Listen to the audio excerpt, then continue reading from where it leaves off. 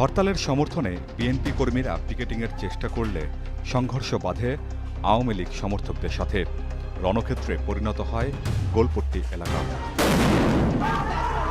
প্রায় আধ ঘন্টা চলে দুপক্ষের ধাওয়া পাল্টা ধাওয়া আর ককটেল বিস্ফোরণ। উত্তেজনা ছড়ায় শহর জুড়ে। হঠাৎ করে গুলিস্তান মোড়ে একটি বাসে আগুন দিয়েছেন, যেখান থেকে হঠাৎ করে গুলিস্তানের পরিস্থিতি ভয়াবহ রূপ ধারণ করছে। মানুষের অস্থিরতা বেড়ে গেছে, যেখানে খুব কঠিন অবরোধ ও কঠোর হরতাল ডেকেছে আওয়ামী লীগ। আওয়ামী লীগের ভেরিফাইড ফেসবুক পেজ থেকে অবরোধ ও হরতালের কর্মসূচি ঘোষণা করা হয়। অধ্যাপক ডক্টর মোহাম্মদ ইউনূসের নেতৃত্বে অন্তর্বর্তীকালীন সরকারের পদত্যাগ ও অপশাসন নির্যাতনের প্রতিবাদে হরতালের ডাক দিয়েছে ছাত্র জনতার গণঅভ্যুত্থানে ক্ষমতা হারানো দল আওয়ামী লীগ।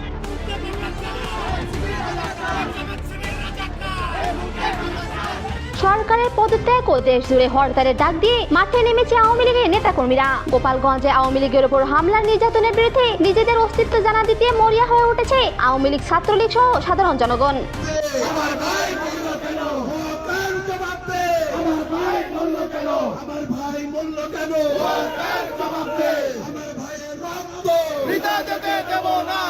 রাজনৈতিকবিদরা জানিয়েছেন, হরতালকে কেন্দ্র করে বৃহৎ পরিকল্পনা নিয়েছে আওয়ামী লীগ। বাংলাদেশে 64 জেলা দখল নিয়েছে আওয়ামী লীগের নেতাকর্মীরা।